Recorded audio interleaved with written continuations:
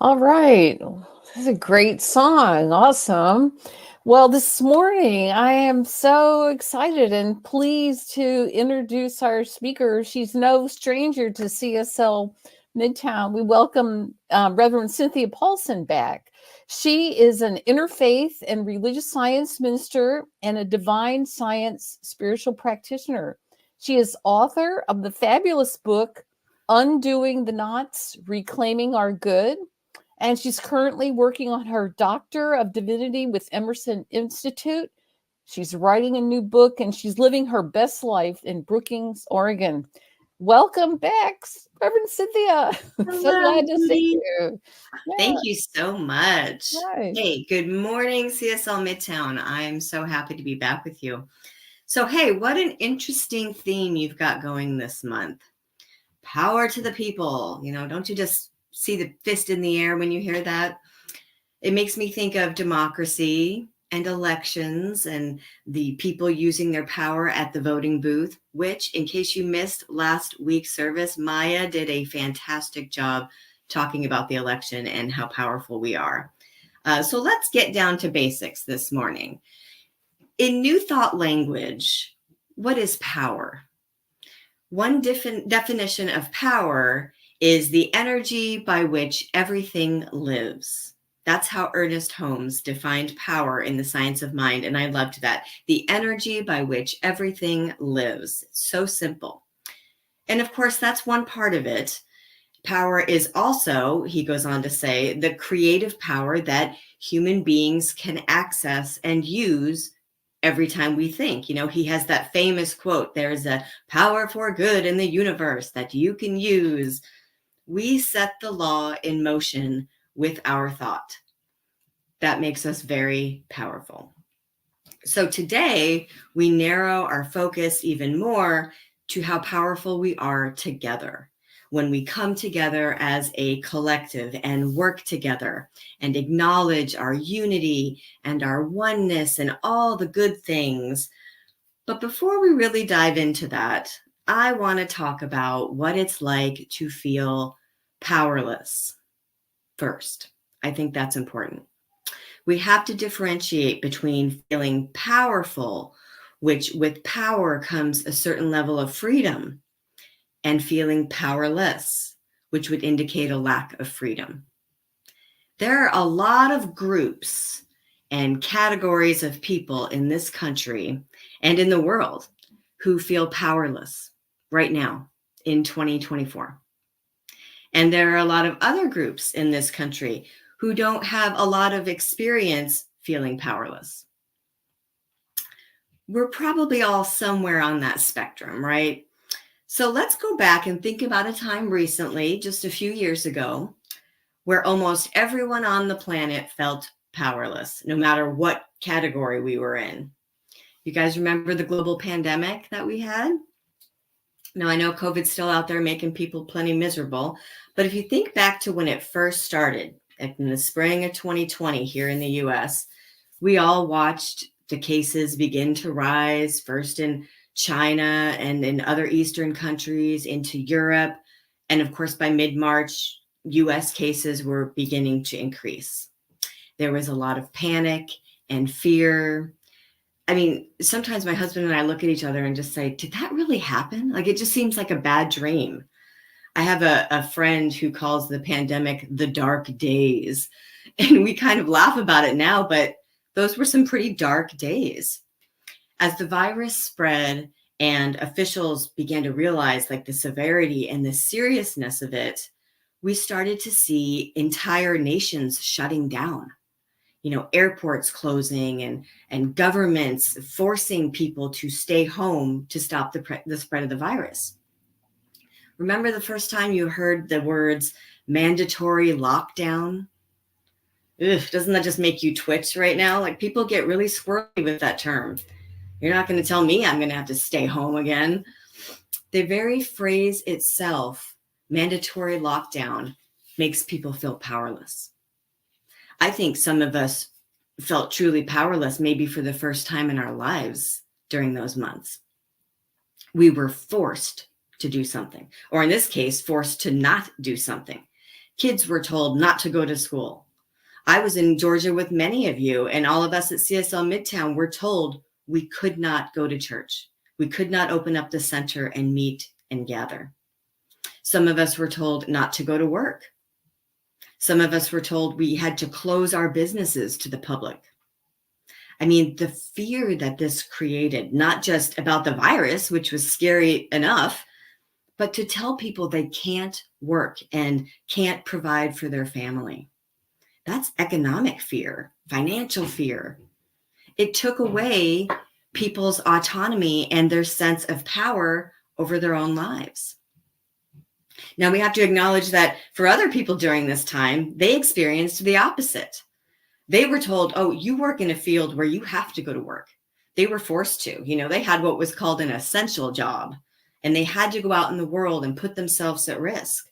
Healthcare workers, emergency services, first responders. But remember also, it was like the grocery store workers making $10 an hour had to do that too. They were essential. They had no choice. So many people felt powerless. And then something interesting happened. I don't know if you remember this, but about a month into the pandemic, it was April 16th, 2020 to be exact, because I looked it up. Disney decided that they could make a difference and help lift everyone's spirits and make us feel better by broadcasting a family sing-along show on television. Now, I wish I could get a show of hands to see how many of you watched it, because a lot of us did, especially those of us who were stuck at home with nothing else to do. It was actually seen by 10.3 million people, and it was corny and adorable. And it was really full of very talented performances, and it was very moving. At one point, at the end of the program, I found myself tearing up, which is embarrassing to admit, but I did. It was during what was arguably the corniest performance of the evening, the catchy finale song from the Disney movie High School Musical, We're All in This Together. I will not be singing it for you, but here are just a few snippets of the lyrics that we, 10.3 million people, were hearing. Together, together, we're there for each other every time. Together, together, come on, let's do this right. All our dreams have no limitations. That's what it's all about.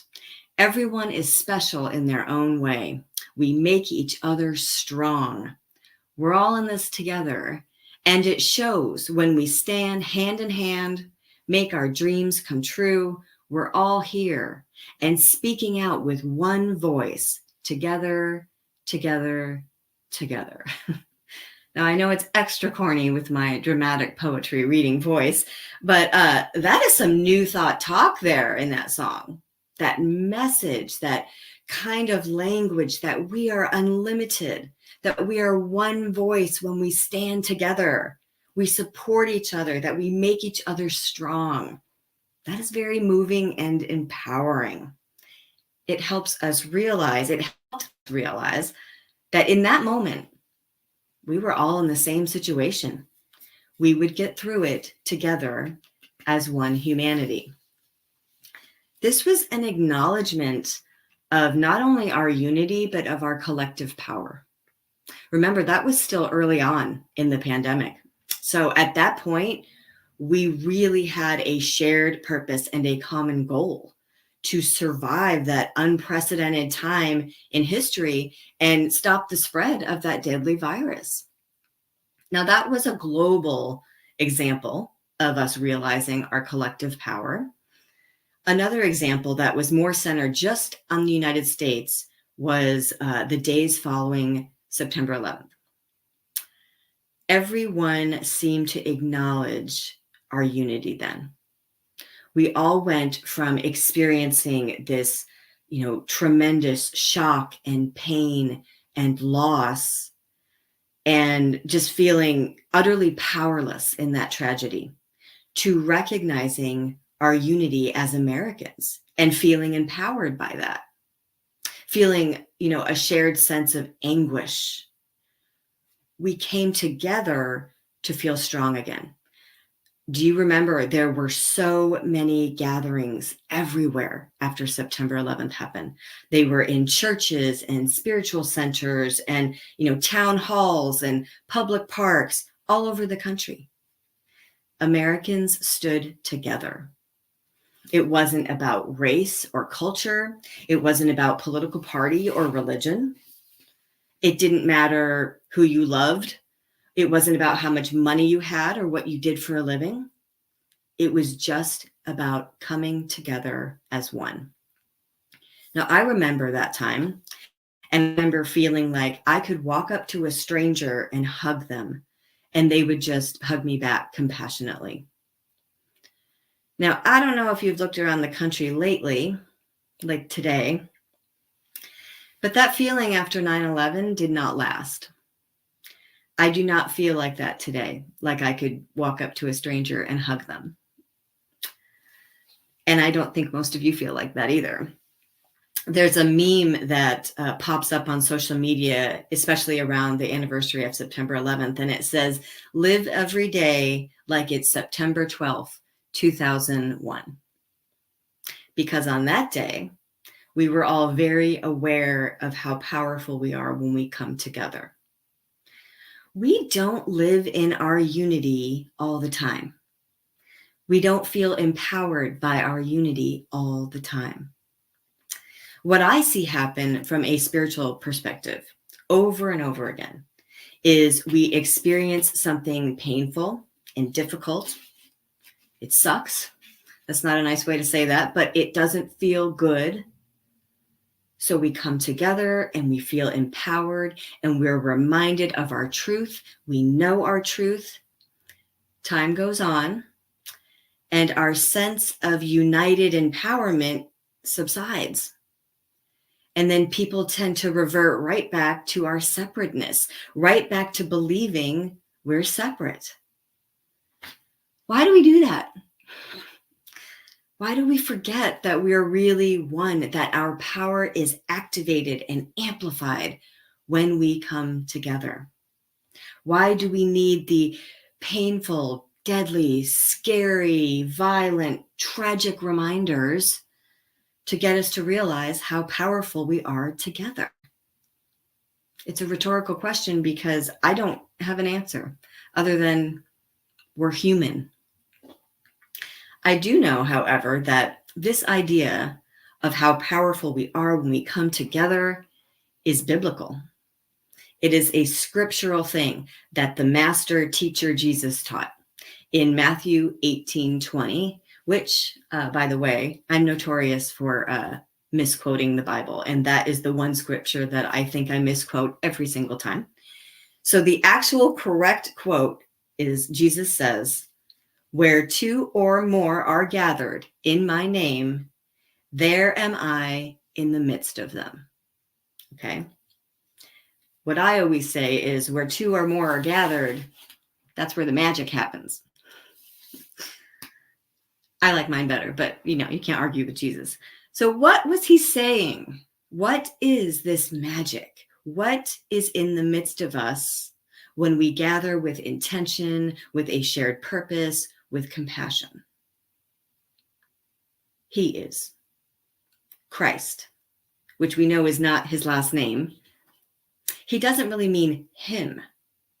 Jesus is saying when two or more are gathered in his name, in the Christ name, it means in that highest level of consciousness, the highest level of understanding that accesses God, spirit, universe, source, the one presence, one life, one mind, one power. That's what's there. That's what's turned on. That's what's activated. So when we do this, what is happening? I believe wholeheartedly that we are changing the world for good when we come together with a shared purpose in that high level of consciousness. There's a famous quote from Margaret Mead that I know you've all heard that says, "Never doubt that a small group of thoughtful, committed individuals can change the world." In fact, it's the only thing that ever has. That's a terrific, powerful quote. Now, in case you didn't realize this, we are a small group of thoughtful, committed, like-minded individuals. So this is speaking to all of us. And I mean this spiritual community, CSL Midtown proper and beyond. We, everybody tuning in right now or watching later on, by coming together on a regular basis. I mean, you guys are here every week, right? By thinking about and discussing these big spiritual ideas, we influence the world in a positive way. We take what we learn here, what we are inspired by, and we take it out in the world. This is part of what the Centers for Spiritual Living organization calls sacred activism.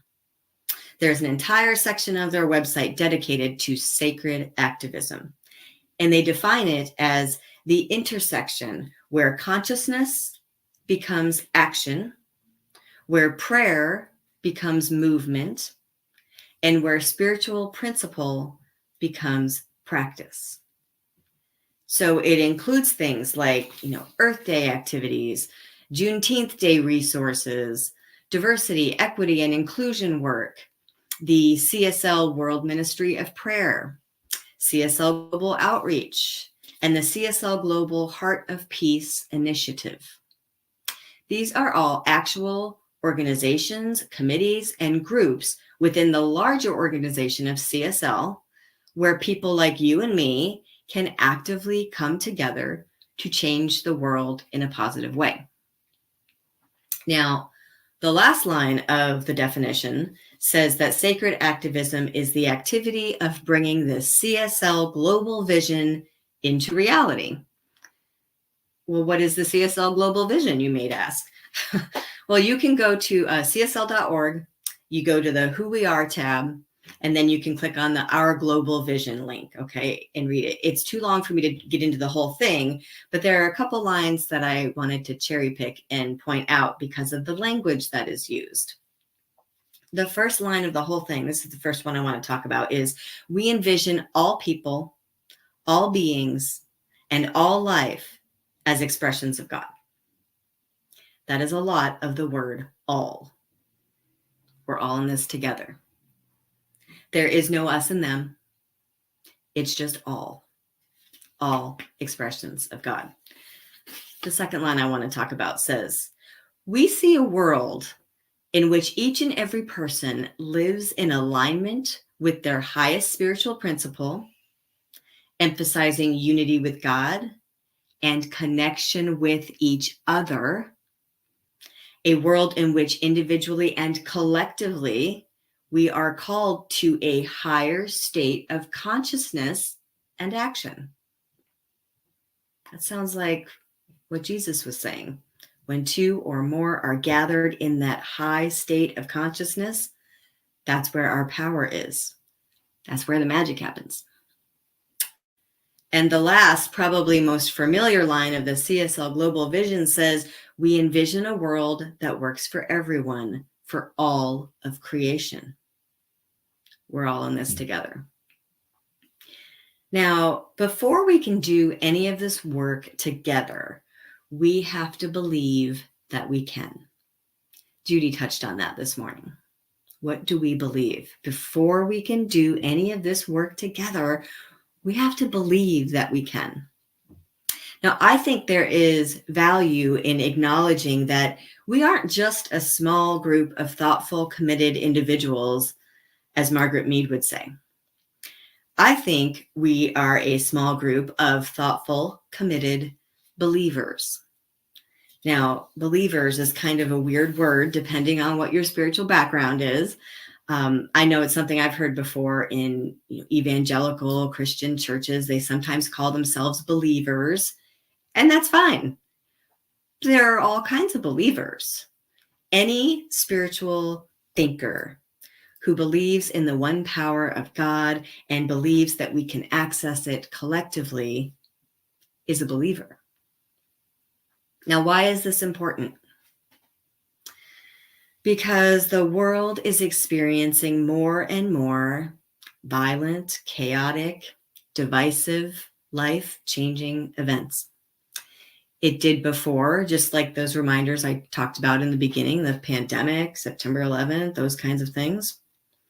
Today, we're dealing with, Israeli-Palestinian war, an extremely contentious election here in America, again.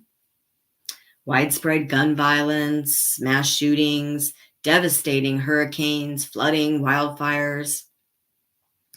I don't mean to be dramatic, but it feels to me like some of these events have the potential to change the trajectory of humanity, of life on Earth. And we could get bogged down by a thought like that. That's kind of a fearful thought. It is. It's a fearful thought. And we know that's not our truth. That's not our capital T truth of who and what we are. If a person is too focused on the human conditions and all these negative events and situations, they might get distracted and miss the real truth, that we as a collective are very powerful together and we can change the world. That's why I think we as believers who understand this are so important. There's actually a chapter in my book about this topic, which sounds like a shameless plug. But in this particular essay in the book, it's about how no matter what difficult world events we may experience, we are still powerful because of who we are collectively. I wrote in that essay, those of us with even the slightest bit of spiritual awareness, from the ordained minister to the seat filler filled with doubt in the pew on Sunday morning, and maybe most especially those of us who consider ourselves to be spiritual but not quite religious, the spectrum of awareness is wide. And wherever we fall on it, we are important and powerful. Now, I'm not saying that we are better than or more important than anyone else. We are not any more special than anyone else, but we are special. We understand the unity of all life. We know and trust in the divine. We know and trust in our own divinity, and we see that divinity in others. All the time? Maybe not, but we're trying. We hold space for the devastated. We choose to be the presence of love and light in the world. We practice and teach forgiveness, and we hold fast to our spiritual principles. We do the study and the practice and the work to be high consciousness people. There is always the other side of whatever human devastation we're experiencing. There always is. Wars end. Elections happen. Storm recovery takes place. On the other side, we together might be the reason that life continues in a new way, in a unified way.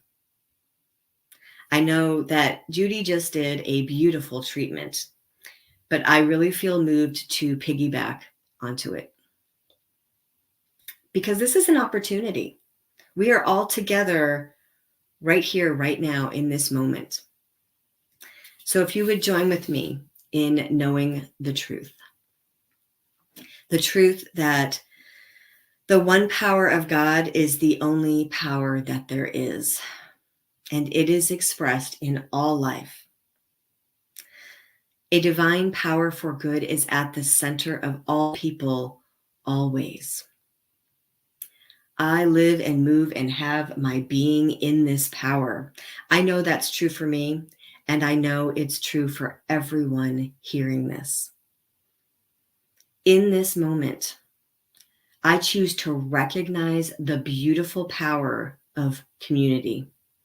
I choose to see beyond human made-up labels and divisions to the deep sense of belonging that comes from just being a child of the divine. I choose in this moment to be led by Spirit, to work in ways that co-create with my fellow brothers and sisters. I know when we do this together, we can expect a reality that is harmonious and empowering collective experience. This is what I say yes to. This is what we affirm together. I give great thanks that this opportunity is before us today, in this moment, and in the next moment, and in every moment that we choose to live in this state of conscious awareness. I am so grateful that this is the way life works and that we are empowered by this together. I can let this prayer go fully anticipating its fulfillment. And so it is. Amen. Thank you so much for having me, CSL Midtown.